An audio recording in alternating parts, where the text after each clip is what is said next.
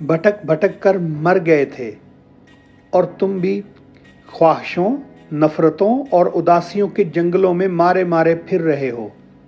تم میں اور ان میں آخر کیا فرق ہے؟ میں نے اللہ سے معافی مانگی، توبہ کی اور شکوے کو شکر میں بدل دیا۔ آپ یقین کریں، میں اس دن سے ایک مکمل مختلف انسان ہوں۔ اداسی اور پریشانی سر سے بادلوں کی طرح غائب ہو چکی ہے، اور سامنے وسیع نیلا آسمان اور تاحد نظر پھیلا ہوا سبزہ ہے، اور اللہ تعالیٰ کے معجزوں کی نا ختم ہونے والی وادیاں ہیں۔ بے شک ہم اللہ کی کون کون سی نعمتوں کو جٹلائیں گے۔ شکریہ دوستو، ہماری ویڈیو کو لائک کریں، چینل کو سبسکرائب کریں۔ بہت شکریہ۔ السلام علیکم ورحمۃ اللہ وبرکاتہ۔